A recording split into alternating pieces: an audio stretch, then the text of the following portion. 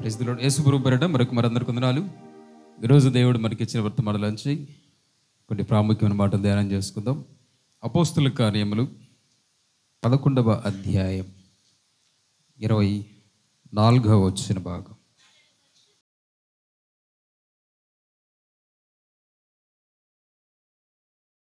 సమయంలో దేవుడు తన వాక్య భాగమును ఆయన మనందరి వెనుకడిలో దీవించి ఆశీర్వదించను గాక. ఆమేన్. ఈరోజు ఒక ప్రత్యేకమైన వ్యక్తిని గురించి ధ్యానం చేసుకుందాం. బర్నబా. ఏం పేరు? బర్నబా. యూత్ మీటింగే కాబట్టి మధ్య మధ్యలో కొన్ని ప్రశ్నలు అడుగుతూ ఉంటాను. తెలిసినంత మట్టుకు చెప్పండి. ఈ బర్నబాను గురించి కొన్ని ఆత్మీయమైన మాటలు, సమయాన్ని బట్టి ఒక 5-6 మాటలు చెప్తాను. బర్నబా అనే పేరుకు అర్థం తెలుసా? ఎవరైనా బర్నబా అనే పేరుకి అర్థం ఏంటో? వెరీ గుడ్, హెచ్చరిక పుత్రుడు. ఇంకా పెరుగోడు, హెచ్చరిక, ఆదరణ పుత్రుడు. Very good.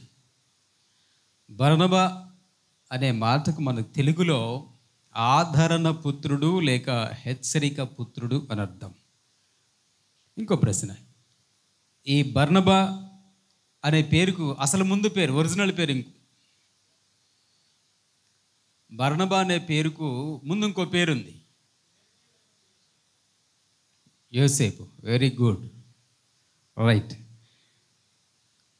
ఈ బర్నబాను గురించి, బర్నబా అనే వ్యక్తి మనకు అంత పెద్దగా పరిచయం లేకపోయినా బైబిల్లో ఆనాడు ఉన్న ఆది సంఘానికి చాలా ముఖ్యమైన మూలరాయిగా ఉన్నాడు బర్నబా. నేడు మన ఈ సమాజానికి లేక యవనస్తులకు చాలా మాదిరి గలవాడు ఈ బర్నబా. బర్నబాను గురించి కొన్ని మాటలు నేర్చుకుందాం. అపోస్తుల కార్యంలోనే 4వ అధ్యాయం 36, 37 వచ్చిన భాగాలు.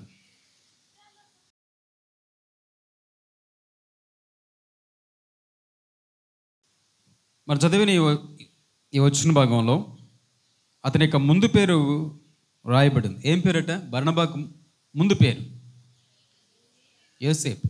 ఏం పేరు? లేవీయుడు అనేది, ఎందుకంటే యోసేపులు చాలా మంది ఉన్నారు కాబట్టి అర్థం కావడం కోసం లేవీయుడకు యోసేపు అనే మాటను ఉపయోగించారు. బర్నబా అనే పేరుకు అతనికి ముందు ఉన్న పేరు యోసేపు. ఇతనిలో ఉన్న గుణగణాలు నేడు మన సంఘానికి లేక సహవాసానికి, యవనస్తులకు చాలా ప్రాముఖ్యమైనవి. ఇతనిలో ఉన్న 6 లక్షణ భాగాలు చెప్తాను. ఇతనుకు ఆనాడు సంఘము హెచ్చరిక పుత్రుడు, కింద ఫుట్నోట్లో ఆదరణ పుత్రుడు అని అర్థమిచ్చు బర్నబా అని పేరు పెట్టి ఉండిరి. మొదటి మాట చెప్తాను, జాగ్రత్త వినండి. ఎవరైనా మనం చూస్తే, మీ యవ్వనాన్ని చూసినప్పుడు, యవ్వన కాలంలో ఉన్న మిమ్మల్ని చూసినప్పుడు, మీరు వెళ్తున్న సంఘం మీకు ఒక పేరు పెట్టాలి అనుకుంటే, అర్థమవుతుందా? మీరు యవ్వన కాలంలో ఉన్నప్పుడు మీరు వెళ్తున్న సంఘము మీకు ఏదైనా ఒక బిరుదు ఇవ్వాలన్నా, ఒక పేరు పెట్టాలన్నా, ఏ పేరు మనకు కరెక్ట్గా షూట్ అవుద్ది? మీరు ఆలోచించుకోండి. నీ పనులను బట్టి, నీ పద్ధతిని బట్టి, నీ ప్రవర్తనను బట్టి ఏ పేరు నీకు సంఘం పెట్టడానికి మనకు ఆ యోగ్యత ఉంటుంది. ఈ యోసేపు అనేది అతని ఒరిజినల్ పేరు. యోసేపు అనేది తల్లిదండ్రులు పెట్టిన పేరు. కానీ అతను ప్రభువుని ఎరిగిన తర్వాత అతని ప్రవర్తనను చూసి ఆనాడు ఉన్న ఆది సంఘంలో వారు అతనికి బర్నబా అని పేరు పెట్టారట. ఏం పేరు? బర్నబా అంటే ఆదరణ పుత్రుడు లేక హెచ్చరిక పుత్రుడు. ఒకవేళ మనకే పేరు పెట్టాలంటే ఏం పేరు పెడతారు? వీళ్ళు ఎప్పుడు చూసినా పొద్దాకులు ఫోన్లు పట్టుకునే ఉంటారు అని పేరు పెడతారు. వీళ్ళు పొద్దాకులు టీవీల దగ్గరే ఉంటారు అని పేరు పెడతారు. వీళ్ళు పొద్దాకులు టైం వేస్ట్ చేసేవాళ్ళు అని పేరు పెడతారు. వీళ్ళు పొద్దాకులు అసలుకి ఎంతసేపటికి ఊరకు తిరిగే వాళ్ళే అని పేరు పెడతారు. లేక ప్రార్థనాపరులు, ఆత్మీయులు, భారం కలిగిన వారు, విశ్వాసులు, పరిశుద్ధత కలిగిన వారు, సంఘ సేవలో పరిచర్యలో సహకరించేవాళ్ళు, ఇలాంటి ఏదైనా పేరు షూట్ వద్దా? యోసేపు అనే వ్యక్తికి ఆనాడు ఆది సంఘము పెట్టిన పేరు. ప్రతి మనిషికి 2 పేర్లు ఉంటాయి. ఒకటేమో తల్లిదండ్రులు పెట్టే పేరు, రెండోదేమో మనం తెచ్చుకునే పేరు. మనం తెచ్చుకుంటాం, మన ప్రవర్తన బట్టి సమాజంలో మనం తెచ్చుకుంటాం, మన పద్ధతిని బట్టి సమాజంలో మనకు తెలియకుండానే ఇమిటేషన్ చేస్తూ ఉంటారు. అది మనం తెచ్చుకునే పేరు. నల్లోడ, కర్రోడ, ఎర్రోడ, పొట్టోడ, ఎత్తోడ, బండోడ, బక్కోడ, ఇవన్నీ మనకి ఉన్న స్థితిని బట్టి మనం తెచ్చుకునే పేర్లు కొన్ని ఉంటాయి. అర్థమవుతుంది? ఈ యోసేపు అనే వ్యక్తి తల్లిదండ్రులు యోసేపు అని పేరు పెడితే ఆనాడు ఆది సంఘం మాత్రం అతనుకు ఆదరణ కలిగిన వాడు, అనేకులను హెచ్చరించిన వాడు అంటూ బర్నబా అనే పేరు పెట్టారట. కాబట్టి ఈరోజు మనల్ని ఎవరైనా ఏ పేరుతో పిలిస్తే మనకు షూట్ అవుద్దో, ఇలాంటి మంచి పేరు తెచ్చుకోవటానికి మనం సిద్ధంగా ఉండమంటారా? ఇలాంటి మంచి పేరు మనకు పెట్టడానికి మనం తగిన యోగ్యులంగా ఉండమంటారా? చాలా పర్యాలు మనమేమో మంచిగా ఉండం, ఆత్మీయంగా ఉండం, ప్రార్థన పరంగా ఉండం, కానీ పేరు మాత్రం ఎలాంటి పేరు కోరుకుంటాం? నన్ను అందరూ మంచి వాళ్ళు అనుకోవాలా, నాకు మంచి పేరు ఇవ్వాలా, మంచి బిరుదులు ఇవ్వాలా, నన్ను అంత పొగడాలనుకుంటాం. కానీ దాని తగ్గట్టుగా పనులు క్రియలు అయితే మాత్రం ఉండవు. ఇక్కడ పేరు అతను చేసే పనిని బట్టే పేరు పెట్టారు. అర్థమవుతుందా? బర్నబా అనే ఆ పేరు అతని యొక్క పనిని బట్టి, అతని క్రియలను బట్టి అతను చూసి ఆ పేరు పెట్టారు. మనకు కూడా మనల్ని చూసినప్పుడు మన చుట్టూతో ఉన్న సమాజము, సంఘము ఏ పేరు మనకు పెడుతుందో జాగ్రత్త. అది ఆత్మీయమైన పేరైతే మనం ధన్యులమవుతాం. అది ఆత్మ సంబంధమైన కాక లోక సంబంధమైన పేర్లు, ట్యాగ్ లైన్లు కనుక మన వెనక తగిలిచ్చారనుకోండి, శరీర సంబంధమైన లోక సంబంధమైన ట్యాగ్ లైన్లు మన వెనుక తగిలిస్తే మనం అలాగే ఉన్నాము అని అర్థం. మన చుట్టూతో ఉన్న నలుగురు దగ్గరనే నువ్వు ఒక గొప్ప సాక్ష్యం పొందుకోలేకపోతే రేపు పరలోకంలో దేవుడి దగ్గరికి పోయిన తర్వాత నేను ఆ పరలోకంలో ఉంటాను అని దేవుడి దగ్గర సాక్ష్యం పొందుకోగలమా? చాలా కష్టం. మనం ఉంటున్న చుట్టూతోనే ముందు మంచి సాక్ష్యం పొందుకోలేలాగిన బర్నబా అనే పేరు అతని క్రియలను బట్టి ఆది సంఘం పెట్టారు. ఇతని గురించి కొన్ని లక్షణాలు చెప్తారు. మనం చదివిన వచనంలో ఇతనిలో ఉన్న మొదటి లక్షణం,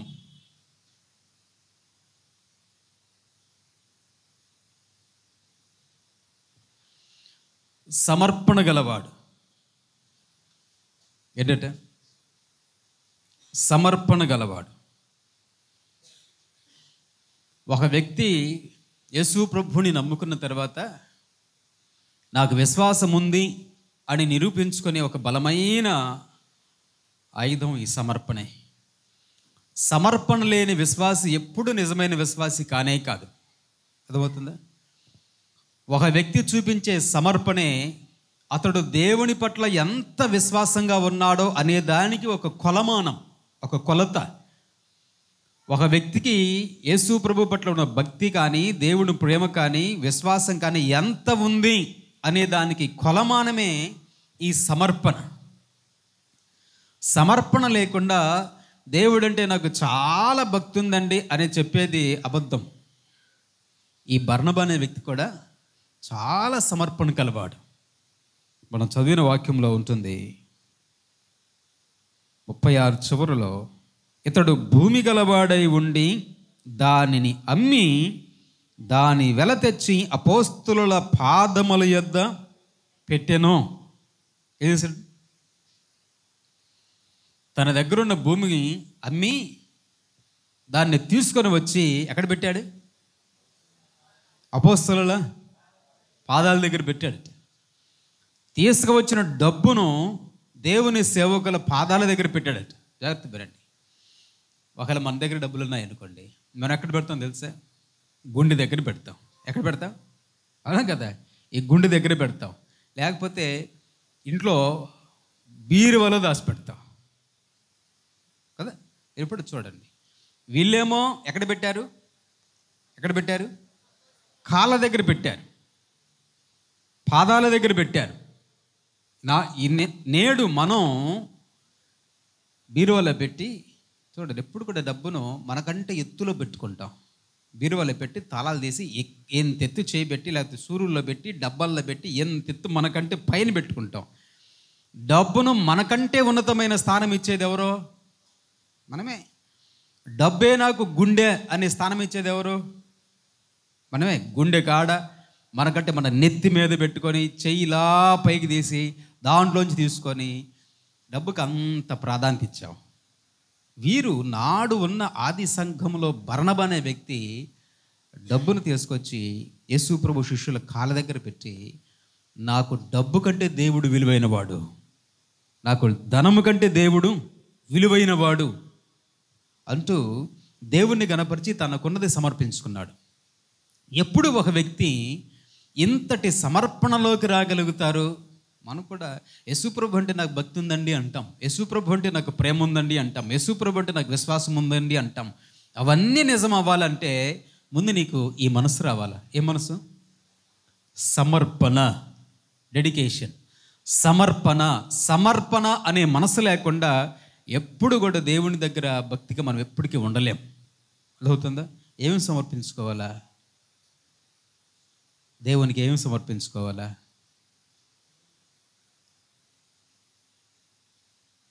చెప్పండి.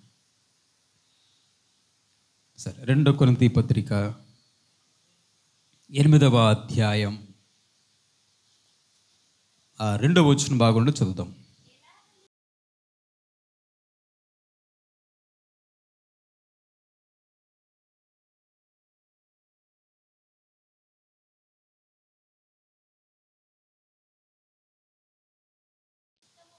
ఈ వచనం జాగ్రత్తగా వినండి. 5వ వచనం. ఇదియుగాక మొదట ప్రభువునకును దేవుని చిత్తము వలన మాకును తమను తామే అప్పగించుకొని. జాగ్రత్త వినండి. చాలు తల్లి, ఇంతగా చేయుదురని మేము అనుకోలేదు. మాసిదోనియా సంఘంలో చాలా సమర్పణ కలిగి ఉన్నారంట. వాళ్ళు ఎంతటి సమర్పణ కలిగి ఉన్నారంటే, వాళ్ళు నిరుపేదలైనా కూడా వాళ్ళ దగ్గర ఉన్న ద్రవ్యం, ధనం ఏదైతే ఉందో దానిని దేవుని సేవకు పరిచర్యకి ఇచ్చేశారు. దేవుని సేవకి ఇచ్చారు. వాళ్ళు అడిగారట, అయ్యా వాళ్ళంత పేదవాళ్ళు కదా, వాళ్ళు ఎలా దేవునికి ఇవ్వగలిగారు? వాళ్ళ దగ్గర ఉన్నది ఆ కొద్ది ధనం వాళ్ళు ఎలా దేవునికి ఇవ్వగలిగారు అంటే, అప్పుడు పౌలు భక్తుడు చెప్పాడు, వాళ్ళు మొదటగా తమ్మును తామే దేవునికి సమర్పించుకున్నారు. ఏం చేశారట? ఏం సమర్పించుకోవాలా? నిన్ను నీవు దేవునికి సమర్పించుకోగలిగితే నీ జీవితంలో తర్వాత దేనినైనా దేవునికి నువ్వు సమర్పించుకోగలవు. మీకు అర్థమైందా? ఏం చేయాలా? మొదటగా నిన్ను నీవు దేవునికి సమర్పించుకోగలిగితే ఆ తర్వాత నీవు నీ జీవితంలో దేనినైనా దేవునికి నువ్వు సమర్పించగలవు. నీ అంతట నువ్వుగా దేవునికి సమర్పణ లేకుండా నీ జీవితంలో నువ్వు దేనిని దేవుడికి సమర్పించలేవు. ఎలాంటి సమర్పణ కావాలి ఈ రోజుల్లో అంటే, దేవుని దగ్గర నిన్ను నీవు సమర్పించుకోవాలి. ఆమేన్. మరొక మాట చెప్తా. సామెతల గ్రంథం 23:26. సామెతలు 23:26. రైట్. నా కుమారుడా, నీ హృదయము నాకు ఇమ్ము. చాలు. ఏం సమర్పించాలి దేవునికి? ప్రకాష్, ఏం సమర్పించాలా? ఏంటది? ఎవరికి ఇస్తాం? యూత్, నీ హృదయాన్ని ఎవరికి ఇవ్వాలి? చెప్పండి. ఎవరికి ఇవ్వాలంటే హృదయం సమర్పణ. గుర్తుపెట్టు, యవనస్తులు, నీ సమర్పణ జీవితం దేవుని దగ్గర కనపడాలా. నిన్ను నీవు దేవునికి సమర్పించుకోవాలా. అది నిజమైన భక్తికి మొదటి నిదర్శనం. 2, నీ హృదయాన్ని దేవునికి ఎవరికి ఇవ్వాలా? అదేందా లోకంలో సినిమాల్లో చూసి నా హృదయం ఆ అమ్మాయికి ఇచ్చాడు, నా హృదయం ఈ అబ్బాయికి ఇచ్చాడు, యేసు ప్రభుకి ఏమిస్తాం? ఎవరికి ఇవ్వాలా? వేకెన్సీ లేదు అక్కడ. ఎవరిని నీ హృదయంలో ఎవరికి స్థానం ఇవ్వటానికి, నీ హృదయాన్ని మరొకరికి ఇవ్వటానికి వేకెన్సీ లేదు. ఎందుకు? ఆల్రెడీ నీ హృదయం ఎవరికి ఇచ్చావు? యేసుప్రభు వారికి ఇచ్చావు. యేసుప్రభు వారికి ఇచ్చావు కాబట్టి ఇంక అక్కడ నో వేకెన్సీ. యేసుప్రభుకి నీ హృదయాన్ని ఇవ్వలేదనుకోండి, ప్రభువుకి ఇవ్వకపోతే లోకానికి ఇవ్వాల్సి వస్తుంది, పాపానికి ఇవ్వాల్సి వస్తుంది. అందుకే యేసుప్రభు వారు నా కుమారుడా, కుమారుడు అనే మాటకు కుమార్తె అని కూడా ఇంగ్లీష్లో, నా కుమారుడా, నా కుమార్తె, నీ హృదయమును నాకు ఇమ్ము. దేవునికి నీ హృదయాన్ని ఇవ్వాలి. ఏ మనుషుడికి కాదు. అర్థమవుతుందా? ఏ అమ్మాయికి కాదు, యవనస్తులు ఏ అబ్బాయికి కాదు. నువ్వు ఎక్కడ బాగొట్టుకోకూడదు. ఎక్కడుండాలా? ఎవరికి ఇవ్వాలా? నిన్ను నువ్వు దేవునికి సమర్పించుకోవాలా. నీ హృదయాన్ని కూడా దేవునికి సమర్పించాలి. ఇప్పుడు నీ హృదయాన్ని దేవునికి ఇస్తే ఎవరిది అయిపోయింది? దేవునిది అయిపోయింది. ఇక దాంట్లోకి వేరే వాళ్ళని తీసుకురావడానికి, లోకాన్ని తీసుకురావడానికి, అలవాట్లు తీసుకురావడానికి అవకాశమే లేదు. 3 రోమపత్రిక 12:1.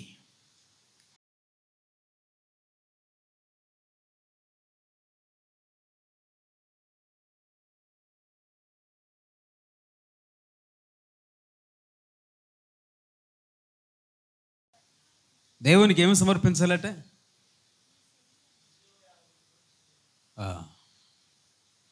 మీ శరీరములను,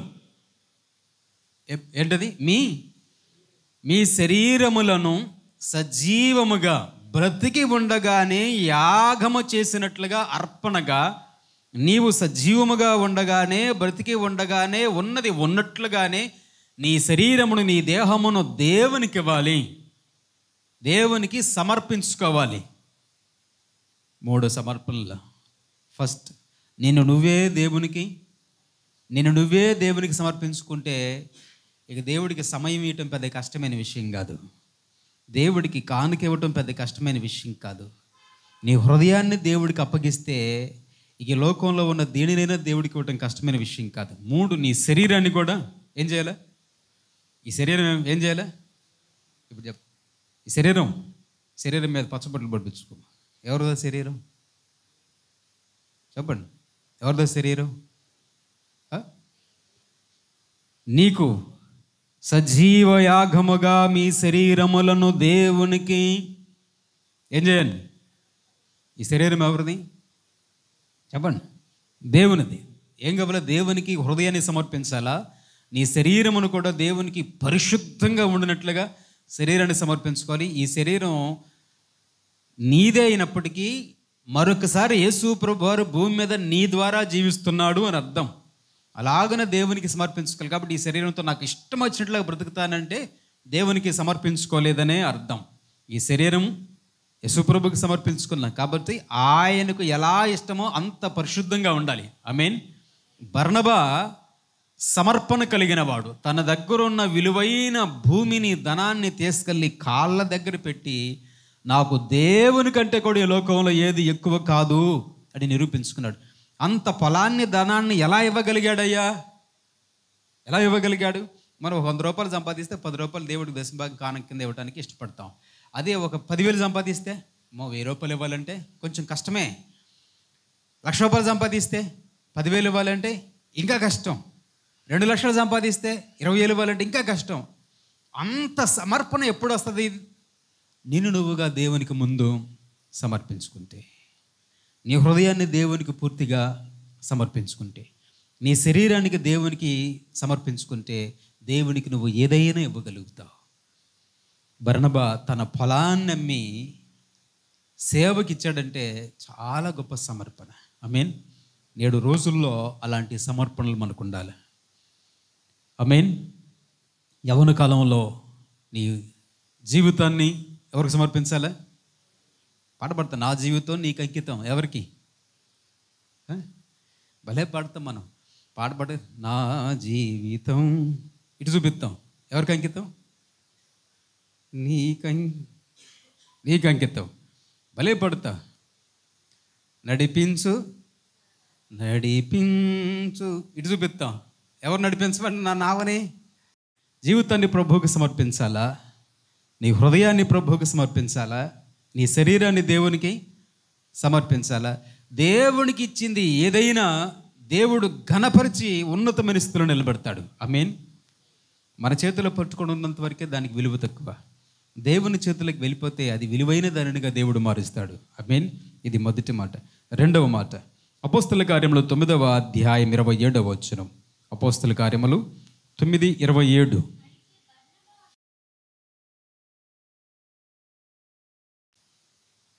బర్నబా అనే పేరుకు తగ్గట్టుగానే బర్నబా నాడు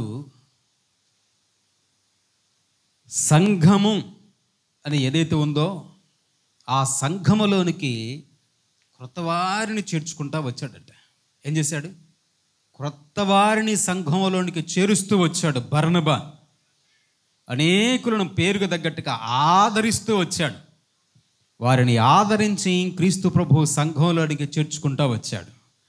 మనకు 2వ రాజుల గ్రంథం 4వ అధ్యాయంలో తీయొద్దులండి. భయంకరమైన కరువు కాలం వచ్చినప్పుడు 4 కుష్ఠవ్యాధి కలిగిన వాళ్ళు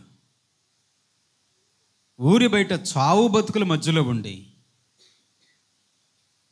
సిరియా పట్టణ ప్రాంతంలోకి వెళ్ళి అక్కడ ఆహారం ఉందని తెలుసుకొని వారు మనమట్టుగా తిని మనం బాగుపడితే ఏముంటుంది, ఇది మంచి పని కాదు అనుకొని వెళ్ళి ఇశ్రాయేలు దేశంలో ఉన్న రాజుకు చెప్పి ఒక 4 కుష్ఠవ్యాధి కలిగిన వాళ్ళు ఇశ్రాయేలు దేశమంతటినీ కాపాడుతారు.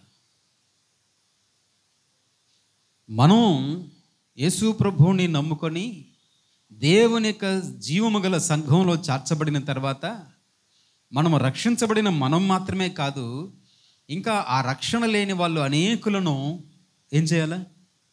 సంఘంలో బర్నబాలాగా చేర్చాలి, బర్నబాలాగా తీసుకొని రావాలి.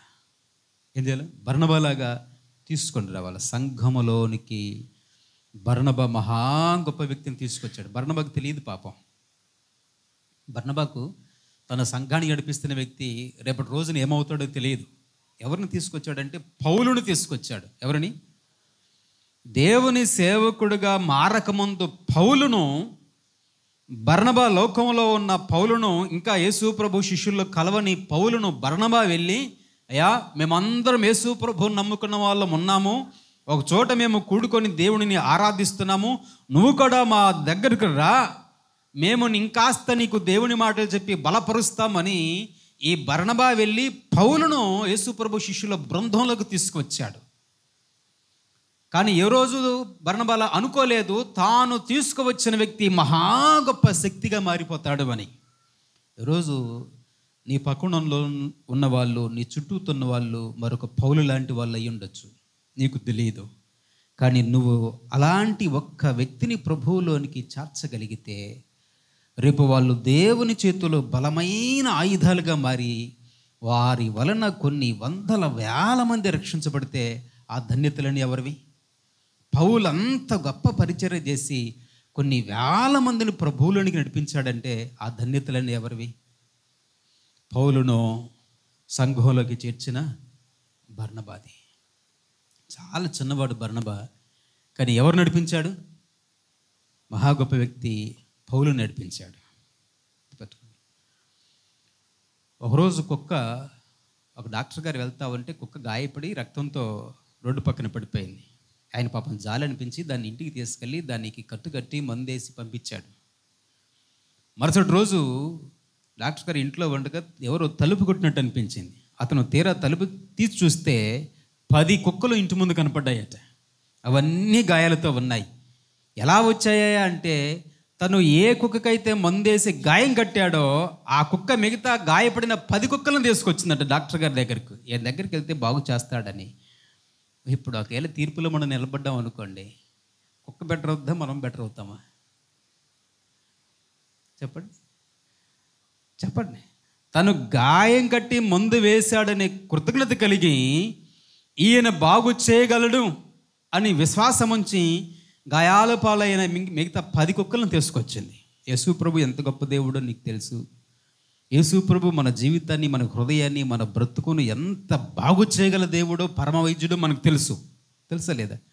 ఇలాగున లోకంలో సాతానుడి వల్ల గాయాలు పడిన వాళ్ళు, పాపం వలన గాయపడిన వాళ్ళు, పాపం వలన పడిపోయిన వాళ్ళు చాలామంది మన కళ్ళ ముందు ఉన్నారు. ఇప్పుడు మన బాధ్యత ఏంటంటారు? వాళ్ళు ఏం చేయాలి? ఆదరించే సంఘానికి, జీవము గల దేవుని సంఘములోనికి వారిని చేర్చాలి. బర్నబా చేసిన పని అదే. పౌలు దగ్గరికి వెళ్ళి పౌలు దగ్గరికి చేరాడు. తర్వాత పౌలును దగ్గరికి తీశాడు. తర్వాత పౌలును సంఘంలోకి చేర్చాడు. ఆ రోజుల్లో పౌలు అంటే మామూలు విషయం కాదు. అంతకుముందు ఆయన పేరు సౌలు. యేసు ప్రభువుని నమ్ముకున్న వాళ్ళు పలానా చోట ఉన్నారు అని తెలిస్తే నిర్దాక్షిణ్యంగా చంపినవాడు, కిరాతకుడు, కఠినుడు, హింసకుడు, దూషకుడు, హానికరుడు. ఎంతటి భయంకరుడంటే పౌలు సౌలుగా ఉన్నప్పుడు గర్భిణీ స్త్రీలను కూడా పొట్టలో పొడిచి లోపల పిండాన్ని లాగేస్తున్న అంత కఠినుడు. జాలి, దయ, ప్రేమ, కరుణ ఇలాంటివి ఏమీ తెలియనివాడు. యేసు ప్రభువుని నమ్ముకున్నారు అనే ఒకే ఒక కారణంతో పాలు తాగే పసిపిల్ల కానించి ముసల వాళ్ళ వరకు, బాలింతలు, గర్భిణీ అందరినీ నిర్దాక్షిణ్యంగా చంపివేసిన భయంకరమైన కఠినుడు పౌలు. అలాంటి పౌలు దగ్గరికి ఎవరు వెళ్ళారు? బర్నబా. ఎవరు వెళ్ళారు? ఆయన చూసి శిష్యులందరూ దాక్కున్నారు పారిపోయి. వాళ్ళు పోయి ఆడ దమస్కు మార్గంలో గుహలో దాక్కుంటే ఆయన యేసుప్రభు శిష్యుడు కాదు బర్నబా. అదవుతుందా? యేసుప్రభు శిష్యుడు కాదు, మనలాంటి సాధారణమైన సంఘంలో ఒక విశ్వాసి బర్నబా. ఈరోజు కూడా చాలాసార్లు నాకెందుకులేండి యేసుప్రభు గురించి ప్రకటించడం, యేసుప్రభు గురించి చెప్పడం, నాకెందుకులే అని అనుకోవటం వల్లే మన చుట్టూతో ఎంతమందో యవనస్తులు వాళ్ళ జీవితాలు పాడైపోతున్నాయి. అది నా పని కాదులే, యేసుప్రభు శిష్యులు చూసుకోవాలి అని అనుకోలే. నేను ప్రభువుని గురించి తెలుసుకున్నాను, నా బాధ్యత ఏంటి అని గుర్తించాడు ఆ యవనస్తుడైన బర్నబా. కఠినుడని తెలుసు, యేసుప్రభు పేరు చెబితేనే చంపేస్తాడని తెలుసు. అయితే చచ్చిపోదాం యేసుప్రభు కోసమే అనుకుంటూ వెళ్ళిపోయాడు. ఆయనతో మాట్లాడాడు, ఆయన దగ్గరికి వెళ్ళాడు. పౌలును యేసు ప్రభు గురించి చెప్పి దగ్గరకు చేర్చుకున్నాడు. చివరికి తీసుకొచ్చి ఎక్కడ చేర్చాడు? సంఘంలో చేర్చాడు. నువ్వు కూడా యేసు ప్రభువుని గురించి అంత ఎక్కువగా నీకు చెప్పడం రాకపోతే ఒక పని చేయొచ్చు. ఏం పని చేయొచ్చు అంటే వారిని సంఘానికి నడిపించవచ్చు. ఆమేన్. నీకు ప్రభువుని గురించి అంత ఎక్కువగా చెప్పడం నీకు తెలియకపోతే వారిని సంఘంలోకి నడిపిస్తే సంఘంలోనే దేవుడు వారి హృదయాలను మార్చి అద్భుతమైన కార్యం చేయగలుగుతాడు. బర్నబాలాగా మనం సంఘంలోనికి చేర్చే వారంగా ఉండాలి. ఆమేన్. కాబట్టి 2025 సంవత్సరంలో చక్కటి తీర్మానం చేసుకోవాలి. ప్రభువా, ఈ జనవరి నుంచి డిసెంబర్ నెల అయ్యే లోపల నేను మరొక పౌలును సంపాదించాలి. బర్నబా ఎలాగైతే ఒక వ్యక్తిని సంపాదించాడో ఈ సంవత్సరం 12 నెలల్లో ఈచ్ వన్ క్యాచ్ వన్. ఏం చేయాలి? గుర్తుపెట్టిన quotation, each one catch one. Catch one అంటే ప్రతి ఒక్కరూ ఒక్కరిని పట్టుకోండి. కష్టమా? 12 నెలల్లో ఒక్కరినికి యేసు ప్రభువు దగ్గరికి నడిపించడం పెద్ద కష్టమైన విషయం కాదు. కాబట్టి కొటేషన్ గుర్తుపెట్టుకోండి, ఈచ్ వన్ క్యాచ్ వన్. ఒక్కరం ఈ 12 నెలల్లో ఒక్కరినైనా మనం ప్రభు దగ్గర తీసుకురాగలిగితే మనం ధన్యులం అయిపోతాం. ఆమేన్. తర్వాత 11వ అధ్యాయం అపోస్తల కార్యములో 24వ వచనం. అపోస్తల కార్యములో 11:24.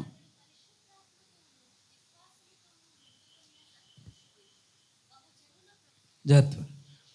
24వ వచనం భాగంలో 11:24లో ఎక్కడికి వెళ్ళాడట? అతడు తార్సునకు వెళ్ళి 24-25లో వినండి జాగ్రత్త, కొన్ని మాటలు చెప్తాను. ఒకనొక స్థితి నుంచి కొంచెం ముందుకు వెళ్ళిన తర్వాత, ఒకప్పుడు బర్నబా సాధారణమైన వాడు. ఇప్పుడు అతని యొక్క ఆత్మీయ స్థితి ఏమవుతుందంటే రోజు రోజు పెరుగుతుంది. ఇతడు పౌలును యేసు ప్రభువులోకి లేక సంఘంలోకి తీసుకొచ్చాడు. సంఘానికి పరిచయం చేశాడు. సంఘానికి పరిచయం చేసిన తర్వాత ఇంకా బలంగా సౌలు పౌలుగా మారి వాడబడతా ఉన్నాడు. ఇప్పుడు సంఘం ఆయనకు ఒక పని చెప్పిందనమాట. సంఘం అతనికి ఒక పని చెప్పింది, అంతియోక్యాకు వెళ్ళమని. అంతియోక్యా నుండి ఆ ప్రాంతానికి వెళ్ళమని సంఘం ఒక పని అప్పగిస్తే, యెరూషలేము నుండి వాళ్ళు ఉంటున్న యెరూషలేము నుండి అంతియోక్యాకు వెళ్ళటానికి చాలా మనం అనుకున్నంత దగ్గర దారి కాదు. సుమారుగా ఆ రోజున యెరూషలేము నుండి అంతియోక్యా వెళ్ళటానికి 450 కిలోమీటర్ల దూరం. ఎంత? యెరూషలేము నుండి అంతియోక్యాకి వెళ్ళటానికి 450 కిలోమీటర్ల దూరం ఉన్నాయి. అంతియోక్యాలు కూడా ఆ రోజుల్లో 2 అంతియోక్యాలు ఉన్నాయి. ఒకటి పిసిదియా అనే ప్రాంతంలో ఒక అంతియోక్యా ఉంది, 2 సిరియా అనే ప్రాంతంలో మరొక అంతియోక్యా ఉంది. ఇప్పుడు చివరన ఉన్న ఆ అంతియోక్యాకు సంఘం ఏం చేసిందంటే, నువ్వు అక్కడికి వెళ్ళు, అంతియోక్యాకు వెళ్ళు అని. సంఘం యెరూషలేములో ఉన్నది మెయిన్ తల్లి సంఘం. యెరూషలేములో తల్లి సంఘం. ఇప్పుడు మనకి వెల్లంకి, ఇక్కడ తల్లి సంఘం, ఇక్కడ నుంచి జమ్మవరం, ఇక్కడ నుంచి వీర్లుపాడు, ఇక్కడ నుంచి గండేపల్లి. ఎలాగైతే మెయిన్గా ఇక్కడ నుంచి వాళ్ళు పంపించబడుతున్నామో, ఆనాడు ఆది సంఘం కూడా యెరూషలేములో ఉంది. ఇక్కడ నుంచే ఈ ఆది సంఘంలో యేసుప్రభు శిష్యులు బయటికి వెళ్తూ ఉండేవాళ్ళు. ఇప్పుడు ఈ పని సంఘం ఏం చేసిందంటే బర్నబాకు అప్పగించింది. నీవు అంతియోక్యాకు వెళ్ళుమో, అక్కడ నువ్వు చేయాల్సిన పనుంది. యెరూషలేము నుండి అంతియోక్యాకు 450 కిలోమీటర్ల దూరం. ఇప్పట్లాగా అప్పుడు బస్సులు ఉన్నాయా, కార్లు ఏమి లేవు, బైకులు కార్లు ఏమి లేవు. 450 కిలోమీటర్ల దూరం ప్రయాణం చేయాలి. ఎవరి కోసం?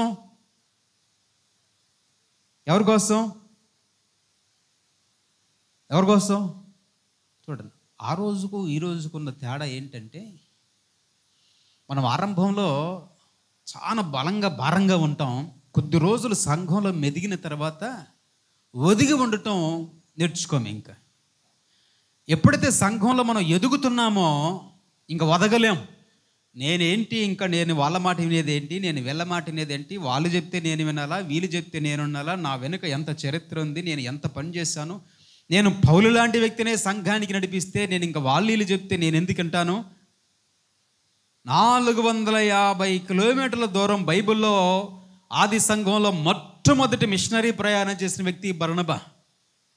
పౌలు గారి కంటే ముందు 450 కిలోమీటర్ల మొట్టమొదటి దూర ప్రయాణం, యేసు ప్రభు పని కోసం దూర ప్రయాణం చేసిన మొదటి వ్యక్తి ఈ బర్నబా. సంఘము చెప్పింది అంతే, మారు మాట మాట్లాడాల, సంఘానికి సంఘ క్రమానికి లోబడి వెళ్ళిపోయాడు. ఐ మీన్ మనం కూడా నువ్వు ఏ స్థాయికి వచ్చినా, ఏ స్థితికి వచ్చినా, ఎంత గొప్ప స్థాయికి ఎదిగినా, నీ సంఘము సహవాసము నీకు ఒక బాధ్యతను, ఒక పనిని అప్పగిస్తే ఎప్పుడు క్వశ్చన్లు అయ్యి మాకు అర్థవుతుందా? నీ నోట ప్రశ్న వచ్చిందంటే you are a failure person. ఎదురు ప్రశ్న వేసావంటే యు ఆర్ అటర్ ఫ్లాప్. ప్రశ్నించే హృదయం ఎప్పుడు విశ్వసించలేదు, విశ్వసించేవారు ఎప్పుడు ప్రశ్నించలేరు. అర్థవుతుందా? ప్రశ్నించేవారు విశ్వసించలేరు, విశ్వసించేవారు ప్రశ్నించలేరు. ఇతను ఏం ప్రశ్న లేలా, నేనే దొరికానా ఇంత దూరం పోవటానికి, ఇంకెవరు లేరా, పెద్దన్న పేతురు ఉన్నాడుగా, పేతురుని పంపించచ్చుగా, యవనస్తుడు యోహాను ఉన్నాడుగా, యోహాను పంపించచ్చుగా, ఏమన్నా అన్నాడా? ఏమనలా. యోహాను చాలా కుర్రోడు, యోహాను పంపించవచ్చుగా. లేకపోతే అన్నీ తెలిసినోడు పెద్దోడు ఉన్నాడు పేతురుని పంపించవచ్చు. కానీ సంఘంతో ఏమనలా, ఏం మాట్లాడలా. సంఘం అప్పచెప్పింది, బర్నబా నువ్వు వెళ్ళు అంతియోక్యాకు అన్నారు. అంతే. ఎంత దూరం, అంత దూరం ఎలా వెళ్ళాలి, ఆడికి వెళ్తే బస్ ఛార్జీలు ఎవరు ఇస్తారు అడిగాడా? గుర్రబండికి ఎవరు ఇస్తారు అడిగారా? మన గనికి ఎవరన్నా పంపిస్తే మీరు మంచోళ్ళు, మీరు కాదులే, బండి పెట్రోల్ ఎవరు ఇస్తారు కాను, కారుకి పెట్రోల్ ఎవరు కట్టిస్తారు అను. మొదటి సమర్పణ అనేది ఉన్నప్పుడు ఇంక ప్రశ్నలు రావు. సంఘానికి లోబడి 450 కిలోమీటర్లు మొట్టమొదటిగా మిషనరీ ప్రయాణం చేసిన వ్యక్తి బర్నబా. కాబట్టి నీకోసం ప్రార్థించే సంఘం, నిన్ను ఆత్మీయంగా పెంచిన సంఘం, నువ్వు ఈరోజు ఈ స్థాయికి కారణమైన సంఘం నీకు ఒక బాధ్యతను అప్పగిస్తే ఎప్పుడు నువ్వు ప్రశ్నించమాక, అర్థవుతుందా? నువ్వెప్పుడు మాట్లాడమాక. నీకు అప్పగించిన పని విషయంలో, బాధ్యత విషయంలో, అది నీకు భారమైనా కష్టమైనా, నేను సంఘమునకు లోబడి ఉండవలెను. That's my responsibility. ఇది నా బాధ్యత, ఇది నా బాధ్యత అంతే తప్ప అది నీకు భారం కాకూడదు. అది నీకు భారంలాగా ఫీల్ అయితే నువ్వు ఫెయిల్ అయిపోతావు. ఇది నా బాధ్యత. బర్నబా బాధ్యతగా తీసుకున్నాడు. అందుకే 450 కిలోమీటర్ల దూరం దేవుని కోసం ప్రయాణం చేశాడు. ఈరోజు మనం దేవుని కోసం మనం ఎంత కష్టపడగలుగుతున్నాం? అదే కదా, ఈరోజు ప్రభు కోసం ఎంత కష్టపడుతున్నాం. ఆ రోజు ప్రయాణ సౌకర్యాలు, ప్రయాణ సాధనాలు లేనప్పుడు ఎక్కువ కష్టపడ్డారు. ఇప్పుడు అన్నీ ఉన్నాయి, ప్రయాణ సాధనాలు ఉన్నాయి, ప్రయాణ సౌకర్యాలు అన్నీ ఉన్నాయి, కానీ కష్టపడే మనసు లేదు. అర్థమైందా? ఆ రోజు ఏమీ లేకపోయినా కష్టపడే మనసు ఉంది. మనసుంటే చెప్పండి, there is no way, there is no will. కష్టపడే మనసుంటే ఖచ్చితంగా మార్గం కూడా, మనసుంటే మార్గం ఉంటుంది. నీకు ఆ మనసు లేదనుకోండి, సాకులు ఉంటాయి. ఏముంటాయి? మనసు అనేది లేకపోతే నీకు అన్ని సాకులే కనపడతాయి. అందువల్ల ఇందువల్ల ఈ కారణాలన్నీ ఎత్తుకుతాం. అది కాదు. ఇక్కడ కూడా బర్నబా అలాంటి పరిస్థితుల్లో ఇది దేవుని పని, ఇది నేను చేయాలా అంటూ 450 కిలోమీటర్లు ప్రయాణం చేసి, మనం కూడా గుర్తుపెట్టుకోండి, దేవుని పని కొరకు మనం సంఘ క్రమానికి లోబడి ముందుకు సాగాలి. ఆమేన్. తర్వాత అదే 24వ వచనంలో మరొకసారి,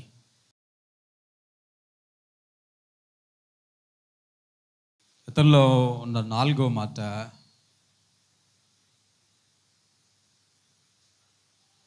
సత్పురుషుడు. సత్పురుషుడు. రోమా 3:23 తెలుసా మీకు? చూడకుండా ఎవరికైనా రోమా 3:23. Very good. ఏ భేదమును లేదు, అందరును. కానీ ఇక్కడ ఏం పేరు వచ్చింది? ఏ భేదము లేదు. ఇంకా రోమా పత్రిక 3వ అధ్యాయంలో 6-7 వచనంలో ఇంకొక మాట ఉంది, నీతిమంతుడు లేడు, ఒక్కడునూ లేడు. అసలు నీతిమంతుడే లేడు, మంచివాడే లేరు. ఇక్కడ దేవుడు సత్పురుషుడు. ఎవరు? బర్నబా. ఈ పదం యేసు ప్రభు వారికి మాత్రమే ఉపయోగించారు. ఎవరికి? యేసు ప్రభు వారికి మాత్రమే ఉపయోగించారు ఈ పదం సత్పురుషుడు అని. యేసు ప్రభు వారికి ఉపయోగించిన ఈ పదాన్ని ఆది సంఘంలో తర్వాత ఎవరికి ఉపయోగించారు? మీకు అర్థమవుతుంది? యేసు ప్రభు వారికి మాత్రమే ఉపయోగించిన ఆ పదం తర్వాత తరంలో బర్నబాను, మరి వాళ్ళు ఎంత సాహసం చేశారో ఆ మాట అనటానికి బర్నబాకు ఆ పేరు పెట్టారు. బర్నబా, నీవు సత్పురుషుడు అయ్యా. అది ఎంత గొప్ప మాట బర్నబాకు. బైబిల్లో ముగ్గురు సత్పురుషులు ఉన్నారు. ఎంతమంది? బైబిల్ అంతటిలో 3 సత్పురుషులు ఉన్నారు. ఆల్రెడీ మీకు 2 పేర్లు చెప్పేశా. ఆ 2 పేర్లు నేనే చెప్పాక, యేసు ప్రభు వారని, బర్నబా అని. సరే, త్వరగా చూద్దాం ఎవరెవరో. లూకా సువార్త 23:51.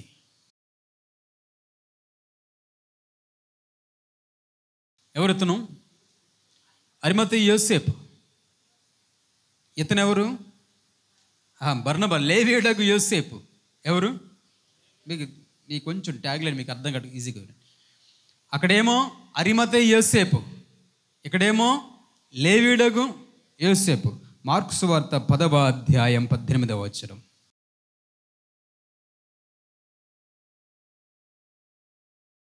ఎవరు? యేసు ప్రభువుని సత్పురుషుడు. ఈయనేమో యోసేపు కుమారుడగు క్రీస్తు. వీళ్ళు 3 ట్యాగ్లలో ఎవరు వచ్చారు? ఒక ఆయనేమో లేవీయుడగు యోసేపు, మరొక ఆయనేమో అరిమతయి యోసేపు, యోసేపు కుమారుడైన క్రీస్తు. యేసు ప్రభు వారు సత్పురుషుడని ఉపయోగించారు. అరిమతయి యోసేపుకు సజ్జనుడు సత్పురుషుడని ఉపయోగించారు. బర్నబాకు మాత్రమే సత్పురుషుడు అని ఉపయోగించారు. ఎంత యేసు ప్రభువుకున్న గుణగణాలను ఒక వ్యక్తిని చూసి పోల్చారంటే, ఇప్పుడు బర్నబా దాదాపుగా ఏ స్థాయిలో ఉండుంటాడంటారు వాళ్ళ ముందు అను కదా. మనల్ని ఎవరన్నా అలా అనాలంటే మన పద్ధతి, మన ప్రవర్తన, మన క్రియలు ఏ స్థాయిలో ఉంటే మనం చూసి సంఘం అలా అనగలరు. బర్నబా సత్పురుషుడు. ఏంటది? సత్పురుషుడు. పరిశుద్ధాత్మతో విశ్వాసముతో నింపబడినవాడు అని వ్రాయబడి ఉంది. ఇంకా తర్వాత మాట 12వ అధ్యాయం అపోస్తల కార్యములోనే 25వ వచనం.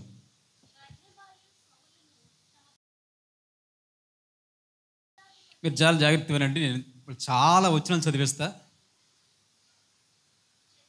చదువు 11:30 అపోస్తల కార్యాలు 11:30 ఒకసారి చదవండి. ఎవరెవరు? బర్నబా, సౌలు. నెక్స్ట్ 12:25 అపోస్తల కార్యాలు అన్నీ. మళ్ళీ ఎవరు? బర్నబా, సౌలు. నెక్స్ట్ 13:2 అపోస్తల కార్యాలు. మళ్ళీ ఎవరెవరు? బర్నబా. సౌలు అంటే ఎవరు? పౌలు గారు. పౌలును ముందు పేరు సౌలు, సంఘంలోకి తీసుకొచ్చిన వ్యక్తి ఎవరు? బర్నబా. తర్వాత 13:7 రైట్. ఎవరు మళ్ళీ? బర్నబా. సంఘం అప్పచెప్పిన పనిలో ఎట్లా వెళ్ళిపోయాడు? పౌలుని తీసుకెళ్ళు అంటే పౌలుని తీసుకెళ్ళాడు. సంఘానికిలో సంఘ సేవలో సహకరించిన వాడు ఎవరు? బర్నబా. దేవుని పనిలో సంఘానికి సహకారిగా ఉన్నవాడు బర్నబా. మనం కూడా దేవుని పనిలో సహకారులుగా ఉండాలి, హానికరులుగా ఎప్పటికీ మారకూడదు. ఐ మీన్ సంఘానికి సహకారులుగా మిగిలిపోవాలి. బర్నబా, పౌలు. ఎక్కడ చూసినా ఎవరెవరి పేర్లు వచ్చాయి? బర్నబా, పౌలు. ఇప్పుడు పేరు అడిగినాడు మిమ్మల్ని, మీ పేరు పక్కన ఇంకొక పేరు సంఘంలో ఏదైనా ఉందంటారా? వీళ్ళిద్దరూ కలిసి సేవలో భలే సహకరించారండి అని మీ పాస్టర్ గారు చెప్పగలరా? సంఘంలో ఎవరైనా చెప్పగలరా? మీ పేరు పక్కన ఇంకొక పేరు కలిపి వీళ్ళిద్దరూ భలే పరిచర్య చేస్తారండి, వీళ్ళిద్దరూ సంఘంలో భలే సహకారులుగా ఉంటారండి, అప్పచెప్పిన పనిని వీళ్ళిద్దరూ నమ్మకంగా చేస్తారండి అని సాక్ష్యం సంపాదించుకున్నామంటారా? చెప్పండి. బర్నబా సేవలో సహకారులుగా ఉన్నవాడు. ఐ మీన్ ఇప్పుడు చదవండి, మళ్ళీ కొన్ని రిఫరెన్స్ చెప్తాం. 13వ అధ్యాయం అపోస్తల కార్యములో 43.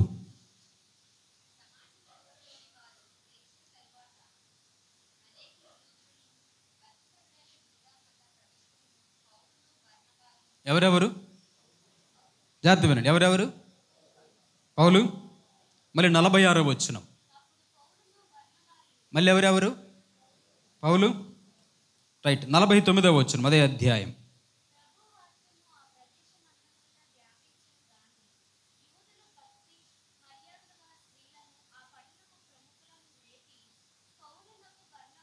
మళ్ళీ ఎవరెవరు? పౌలు, బర్నబా. రైట్. ఆ తర్వాత 15వ అధ్యాయం 2వ వచనం. మళ్ళీ ఎవరెవరు? పౌలు, బర్నబా. రైట్. 15వ అధ్యాయంలోని 22వ వచనం.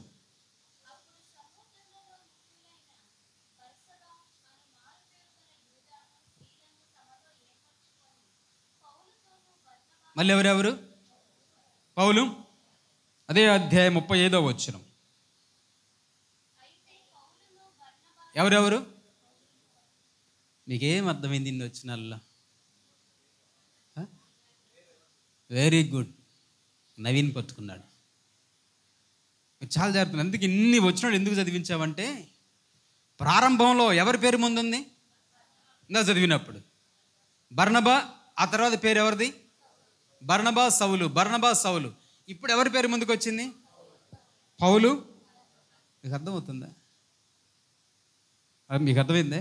ప్రారంభంలో బర్నబా, సౌలు అన్నది. బర్నబా, సౌలు, బర్నబా, సౌలు, బర్నబా, సౌలు. ఇప్పుడు కొద్ది రోజుల తర్వాత బర్నబా వెనక్కి వెళ్ళిపోయాడు, పౌలు గారి పేరు ముందుకు వచ్చింది. అసలు ఈ పేరు కోసం ఎక్కడ ఫీల్ అవ్వాలా? అర్థమైందా? ఎవరిని పిలిచినా పౌలు, బర్నబా అని ఎన్నిసార్లు సంఘం పిలిచినా పౌలు గారికి మొదటి ప్రాధాన్యత ఇచ్చి తర్వాత బర్నబాకు ప్రాధాన్యత ఇస్తుంటే, అసలు ఈ పౌలు నడిపించింది ఎవరు? నేనైతే నన్ను ముందు పిలవకుండా ఈయన పిలుస్తున్నాడేంటి అని ఎక్కడ సంఘంలో విభేదించాల. ఇది గొప్ప లక్షణం ఆయనలో. చదువుతుందా? నేను తీసుకొచ్చినోడేమో మొదటి స్థానంలో పెట్టి అసలు అతను రావడానికి కారణమైన నన్నేమో వెనకేశారు అని ఎక్కడ కూడా ఫీల్ అవ్వాల. సంఘము ఏ పని అప్పగించిందో పనిలో తనను తాను తగ్గించుకుంటూ సహకారులుగా మారిపోయాడు. ఐ మీన్ ఈ లక్షణం కావాలి ఈరోజు మనకు. నా పేరు కనపడాలా, నేను ముందు కనపడాలా, నన్ను గుర్తించాలా, నన్ను పొగడాలా, దానికోసం ఎక్కడ పరుగులు పెట్టాల.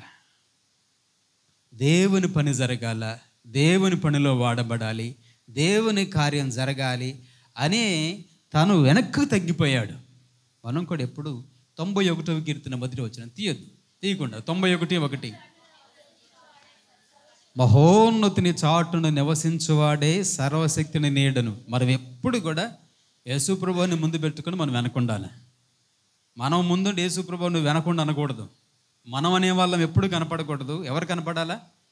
దేవుడు కనపడాలా, దేవుని పనులు కనపడాలా, దేవుడికే మహిమ రావాలా. ఆ వెనుక భాగాన అసలు మనం ఉన్నామో లేదో అన్నట్లుగా ఉండాలి, అంతే తప్ప అన్నీ నేనే ఉండాలా, నేనే కనపడాలా, నా పేరంటూ మనం ముందుకు పోయామనుకోండి, దేవుని స్థానాన్ని ఆక్రమించిన వాళ్ళం అవుతాం. భూమి మీద నూకలు చెల్లిపోతాయి. దేవుని స్థానాన్ని ఎప్పటికీ ఆశించకూడదు, ఆక్రమించదు. ఇక్కడ కూడా బర్నబా మొదట్లో అంత ఈయన పేరే కనపడుద్ది. పౌలు పేరు 2వ స్థానంలో ఉంది. కొద్ది రోజుల తర్వాత పౌలు ముందుకు వచ్చేస్తాడు, బర్నబా వెనక్కి వెళ్ళిపోతాడు. అయినా ఎక్కడ అలిగాడా? మనమైతే ఏం చేస్తాం నిజం చెప్పండి. మీరు సంఘానికి నడిపించిన వ్యక్తి ఎవరైనా ఉంటే వాళ్ళకు కొంచెం ప్రాధాన్యత కలిగితే సంఘంలో మనం ఎట్లా ఫీల్ అవుతామా లేదా? నేను తీసుకొస్తే చర్చికి వాళ్ళేమో అన్న బాగా చూస్తున్నాడు, నన్నేమో సరిగ్గా తర్వాత చూస్తున్నాడు, వెంటనే వచ్చేస్తాడు సాతాను మనలోకి. చూసావా ఎంత తేడా చూపిస్తున్నారో. వాడు వచ్చేస్తాడు, సాతాను రాగానే మనం వాడికి షేక్ హ్యాండ్ ఇచ్చి ఆహ్వానం పలుకుతాం. గుర్తుపెట్టుకోండి. ఏం గుర్తించాలంటే నీ ద్వారా దేవుని పని జరగటానికి నువ్వు సహకారిగా మారిపోవాలి, కానీ పేరు కోసమో స్థానం కోసమో నువ్వు పని చేయకూడదు. పేరు కోసం పని చేసిన ఆదికాండం 11వ అధ్యాయం 4వ వచనంలో వాళ్ళు నేలమట్టమైపోయారు. పేరు కోసం ప్రపంచాన్ని అంతటిని జయించాలనుకున్న ద గ్రేట్ అలెగ్జాండర్ క్రీస్తు పూర్వం 323లో సమాధి అయిపోయాడు యవ్వన కాలంలోనే. పేరు కోసం, స్థానం కోసం, స్థాయి కోసం ప్రాకులాడే వాళ్ళు మధ్యలోనే ఆగిపోతాయి వాళ్ళ జీవితాలు. ఎవరికి పేరు? దేవునికి. ఎవరికి మహిమ? దేవునికి. ఎవరికి ఘనత? దేవునికి. నేనేమై ఉన్నాను? ఆయన చాటుని వెనకుండాలి. ఎక్కడుండాలా? ఆయన చాటుని వెనకుండాలి. ఎవరికి రావాల ఘనత? ఎవరికి రావాల పేరు? ఎవరికి రావాల మెప్పు? మనిషికి కాదు, ఎవరికి? దేవునికి. ఇక్కడ కూడా ఎప్పుడు పౌలు ముందు వెళ్ళిపోతే ముందు వెళ్తున్న పౌలు కూడా సహకరించాడు, అనుసరించాడు. ఇది గొప్ప భాగ్యం. వాస్తవంగా ఎవరెవరిని అనుసరించాలా? పౌలు సీనియరా, బర్నబాస్ సీనియరా? పౌలు సీనియరా, బర్నబాస్ సీనియరా? బర్నబాస్ సీనియర్, పౌలు తర్వాత వచ్చాడు కదా. మొదట్లో బర్నబా వెనకాల వెళ్ళిపోయాడు. ఇప్పుడు తర్వాత ఏమైపోయింది? బర్నబానే పౌలు వెనకాలుతున్నాడు. వెళ్ళాడా? నువ్వు చిన్నోడివి అయితే నీ దగ్గర నేను రావడం ఏంటి అన్నాడా? ఎప్పుడు కూడా వయసు పెద్దదైన, విశ్వాసంలో ముందున్న, వయసు పెద్దయితే ఎప్పుడు విశ్వాసం ఎక్కువ ఉండదు. గుర్తుపెట్టుకుని, వయసు పెరగటం వల్ల ముసలితనం మాత్రమే వస్తుంది. ఏమొచ్చింది? వయసు పెరిగితే ముసలితనం వస్తుంది, అంతే తప్ప విశ్వాసపు యొక్క స్థాయి ఏం పెరగదు. దేవునితో నీకు ఎంత దగ్గర బంధం ఉంటుందో అది దేవునిలో నిన్ను వెనక వచ్చినా కూడా ముందుకు తీసుకుపోద్ది. కడపటివారు మొదటివారు గుదురు, మొదటివారు. దేవునితో నీకున్న దగ్గర సంబంధమే ముందు వచ్చిన వాళ్ళకంటే వెనక వచ్చిన పౌలు ముందుకు వెళ్ళిపోయాడు. ఈరోజు కూడా మన ఆత్మీయ జీవితంలో నువ్వు నిన్నగాక మొన్న యేసు ప్రభువుని నమ్ముకున్నా, 10 ఏళ్ల కిందట యేసు ప్రభువుని నమ్ముకున్నా, ఈరోజు యేసు ప్రభువుని నమ్ముకున్న నువ్వు దేవునికి దగ్గరకు రాగలిగితే వాళ్ళకంటే దేవునిలో ఘనంగా వాడబడతావు. ఆమేన్. కాబట్టి వయస్సును బట్టి కాదు, దేవునితో నీకున్న విశ్వాసాన్ని బట్టి, సమర్పణ జీవితాన్ని బట్టి దేవుళ్ళను ముందుకు వెళ్ళిపోతావు. బర్నబా చాలా సమర్పణ గలవాడే, కానీ పౌలు బర్నబాను మించిన సమర్పణ కలిగిన వాడు. బర్నబా పొలాన్ని మాత్రం, స్థలాన్ని శిష్యులకు పెడితే పౌలు తన రక్త మాంసములను కూడా దేవుని కోసం సమర్పించడానికి ఇష్టపడిపోయాడు. తనను తానే పూర్తిగా సమర్పించుకున్నాడు. యేసు ప్రభువుని పోలి నడుచుకోవడానికి సిద్ధపడ్డాడు. బర్నబా ఒక్క పేరు సంపాదించుకున్నాడు యేసు ప్రభులాగా. పౌలు జీవితాన్నే యేసు ప్రభులాగా మాదిరిగా చేసి చూపించాడు. గుర్తుపెట్టుకోండి, మనం ఒక బర్నబాలాగా మారిపోయి ఒక్క వ్యక్తిని ప్రభు దగ్గరికి నడిపించగలిగితే ఆ ఒక్క వ్యక్తి దేవుని చేతుల్లో ఎంత బలంగా వాడబడతారో మనకు తెలియదు. కానీ వారి వలన కొన్ని వందల వేల మంది కనుక రక్షించబడి పరలోక రాజ్యానికి చేర్చబడితే భూమి మీద మనం బ్రతుకుతున్న మన జీవితమా అర్థవంతంగా మారిపోద్ది, లేకపోతే వ్యర్థమైపోద్ది. ఇంకొక మాట చదువుకొని ముగించుకుందాం. అపోస్తల కార్యాలు 13:2.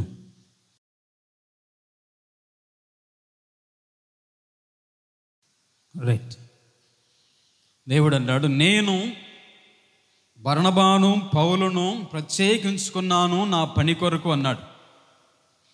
బర్నబా ఎక్కడ వాక్యం చెప్పినట్టుగా మనకు కనపడదు. అర్థమవుతుందా? బర్నబా ఎక్కడ కూడా వాక్యం చెప్పినట్టుగా కనపడదు, కానీ సేవకు పిలువబడ్డాడు. ఎక్కడ?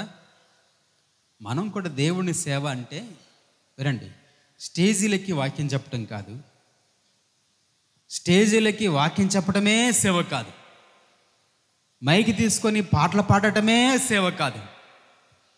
సేవ ఎక్కడ బర్నబా వాక్యం చెప్పినట్టుగా మనకు కనబడదు.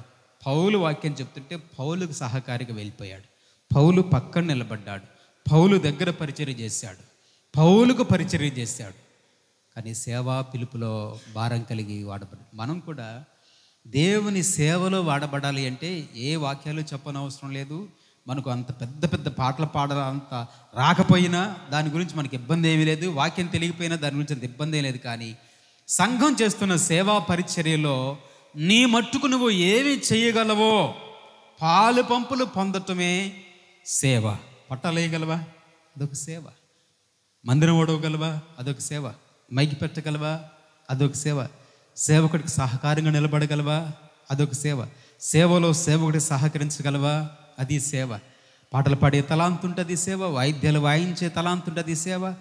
నీవు ఏ విధంగానైనా సేవలో సహకరించటమో సేవా పిలుపు కలిగి ఉండటానికి ఒక నిదర్శనం.